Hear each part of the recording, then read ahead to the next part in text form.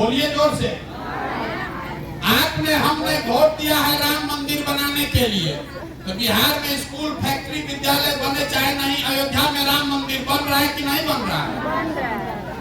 आपने हमने वोट दिया है सिलेंडर के लिए, तो सिलेंडर का दाम 1200 हो कि 1400, घर घर सिलेंडर आया है कि नहीं आया?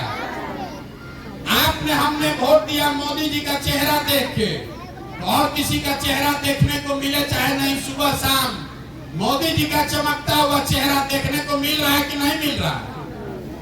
आपने हमने भाजपा को वोट दिया गुजरात में विकास का कहानी सुन के, तो भैया गुजरात में विकास हो रहा है, फैक्ट्री चल रहा है, और आपके घर के बच्चे जाकर गुजरात में मजदूरी कर रहे हैं कि नहीं कर रहे हैं? कौना बात पर आप वोट दिए हैं कि आपको नहीं मिल रहा? आपने वोट दिया जात के नाम पर, आपको खाने का ठिकाना हो चाहे नहीं, आपके जात का नेता राजा बनकर हेलीकॉप्टर पर घूम रहा है कि नहीं घूम रहा? आप जिस चीज पर वोट दिए हैं वही ना मिलेगा।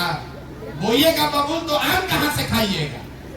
आपने अपने बच्चों के पढ़ाई के लिए वोट नहीं दिया, आपने यहाँ फैक्ट्री अपने बच्चों के रोजगार के लिए वोट नहीं दिया, काहे के लिए गाना गा रहे हैं कि भैया पढ़ाई नहीं है, भैया रोजगार नहीं है? जब तक आप नहीं सुधरिएगा, यही बताने के लिए पैदल चले हैं।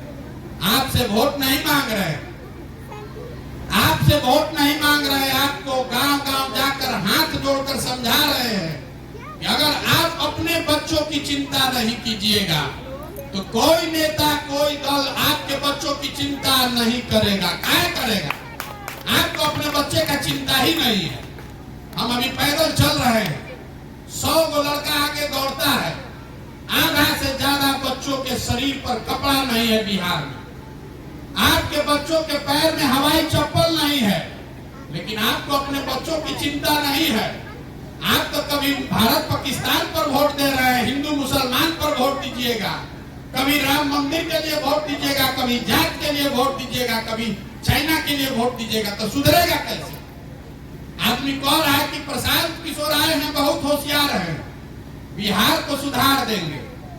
जो नेता आता है वो यही कहता है कि हमको वोट दीजिए, हम सुधार देंगे। हम आपको कहने आए हैं कि एक प्रशांत किशोर को छोड़िए, अगर 10 प्रशांत किशोर आ जाएंगे तब भी बिहार नहीं सुधर सकता। जब तक आप नहीं सुधरिएगा, आप अपने बच्चों की चिंता नहीं कीजिएगा, तब तक कोई नहीं बिहार को सुधार सकता। यहाँ सड़क पर देखिए मोटरसाइकिल चल रहा है, मोटरसाइकिल कहाँ बनता है? मोटरसाइकिल बन रहा है हरियाणा में, महाराष्ट्र में। आपके घर में टीवी है, रेडियो है, मोबाइल आप हाथ में लिए हैं, ये सब कहाँ बनता है? ये बन रहा है उत्तर प्रदेश में, महाराष्ट्र में, गुजरात में। आपके घर में सीमेंट लगा है, छड़ लगा है, खेत में आप खाद छींटते हैं, ये कहाँ से आता है? ये बन रहा है उत्तर प्रदेश में। आपके घर में जितना भी सामान है, जो भी आप इस्तेमाल करते हैं, ये कहीं ना कहीं बनाया जा रहा है। बिहार में हम लोग क्या बना रहे हैं आप बताइए? बिहार में कुछ बन रहा है? बिहार में बन रहा है मजदूर। आपने हमने जिस बच्चे को पैदा किया, 20 साल पेट काट काट के पाल पोस के बड़ा किया, 20 साल 25 साल का लड़का हो गया तो पीठ पर झोला बांध के ट्रेन में, बस में जानवर के तरह कुचा के जा रहा है। आपके घर का कोई जवान सवान साल भर उसका मुंह देखने को आपको नहीं मिलता। कोई छठ में, ईद में घर में आया 10 दिन तो आप उसका मुंह देखते हैं। जहां जाकर वो मजदूरी कर रहा है, छोटा छोटा कमरा में 4 गो 5 गो आदमी रहता है, 10-10, 12-12 घंटा अपना हाल गला रहा है। 10,000 रुपया कमाए, 6,000 8,000 घरे भेजेंगे तो बाल बच्चा खाएगा। और आपसे पूछ रहे हैं कि वोट काहे दिए थे, तो आप कह रहे हैं कि गौवा में सब दे रहा था तो हम भी दे दिए। आपको होशे नहीं है, आप अपना वोट बेच रहे हैं 5 किलो अनाज पर, आप वोट दे रहे हैं नाली गली पर। आपको अपने सवांग का चिंता नहीं है। आपका जवान सवांग अपना जीवन खपा रहा है और आपको वोट देते समय दिमाग आपका ताखा पर है, तो आप नहीं भोगिएगा तो हम भोगेंगे। यही बताने आए हैं। जगिए, अपने वोट की कीमत को समझिए। आपके वोट की कीमत नाली गली नहीं है, आपके वोट की कीमत 5 किलो अनाज नहीं है। आपके वोट का कीमत है आपके बच्चों का भविष्य। आपने अभी तक देश के नाम पर वोट दिया, आपने धर्म के नाम पर, जाति के नाम पर, समाज के नाम पर वोट दिया। एक बार हमारी बात मानिए, वोट जिसको देना है दीजिए, लेकिन वोट अपने बच्चों के लिए दीजिए, अपने बच्चों के पढ़ाई और रोजगार के लिए दीजिए, तभी सुधरेगा बिहार। नहीं तो सुधरने वाला नहीं है। जितना गाना गाना है गा लीजिए, जिसको वोट देना है दे लीजिए, कि दुर्दशा खत्म नहीं होने वाला है। जब तक यहाँ हर आदमी संकल्प नहीं लेगा कि वोट भैया देंगे अपने बच्चे के पढ़ाई और रोजगार के लिए, यही बताने आए हैं। अच्छा लगे तो अपनाइए, और न अच्छा लगे तो जिस नेता का फोटो झंडा लेकर घूम रहे हैं घूमिए, लेकिन अगर गलती कीजिएगा तो लिख कर रखिए, जिस गरीबी बदहाली में आपका जिंदगी बीता है, आने वाले समय में आपके बच्चों का भी जिंदगी उसी गरीबी बदहाली में बीतेगा। कोई इसको सुधार नहीं सकता। आप वोट गलत दीजिएगा और सोचिएगा कि बहुत हमारा विकास हो जाए, ये हो नहीं सकता है। इसलिए सोच समझकर वोट दीजिए। गांव में जा रहे हैं तो कह रहा है कि मुखिया बहुत चोरी करता है, कहता है कि इंदिरा आवास में 10-20 हजार घूस लग रहा है, राशन कार्ड में मुखिया जी पैसा ले रहे हैं।